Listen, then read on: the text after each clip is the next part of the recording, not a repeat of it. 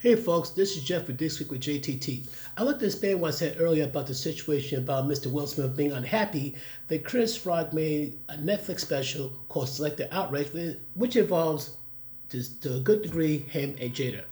Well, number one, Will Smith, you did smack Chris Rock. You smacked the taste out of his mouth for not in front of the live audience, but for the whole world to see.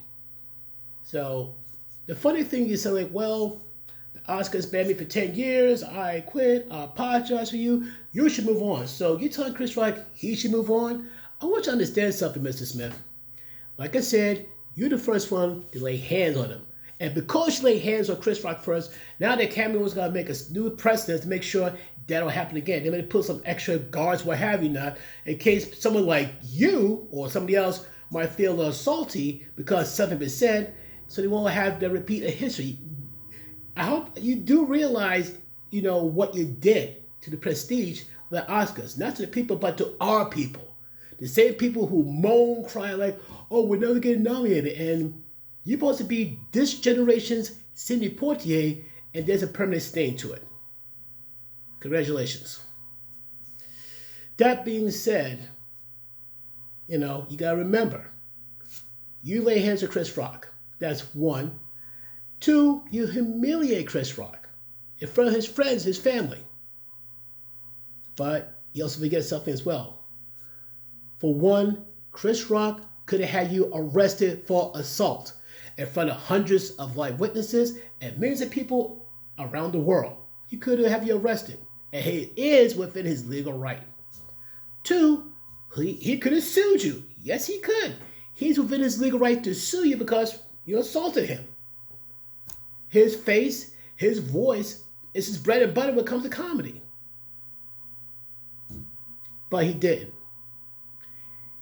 And plus two, you smack the person you know you can smack. Yes. You smack the one person you know you can smack. People, you saw my top 10 list of people that Will Smith will not smack? Yeah. I named quite a few, like I think it was Ice Cube, Ice-T, Dr. Dre, Shaquille O'Neal, The Rock. Just to name a few. Those people that Will Smith would not smack, he smacked Chris Rock because he can. Because let's face fact, Will Smith trained to be Muhammad Ali, and the best that Chris Rock was Pookie from New Jack City, which I like the movie New Jack City. I like that. So the irony is that you're mad because Chris Rock says to between you and Jada. Okay, let me stop it right there. That things that happened between you and Jada made well known on her defunct Facebook series Red Table Talk, which don't strike me. It make as much sense as a Jerry Springer episode. May Jerry Springer rest in peace.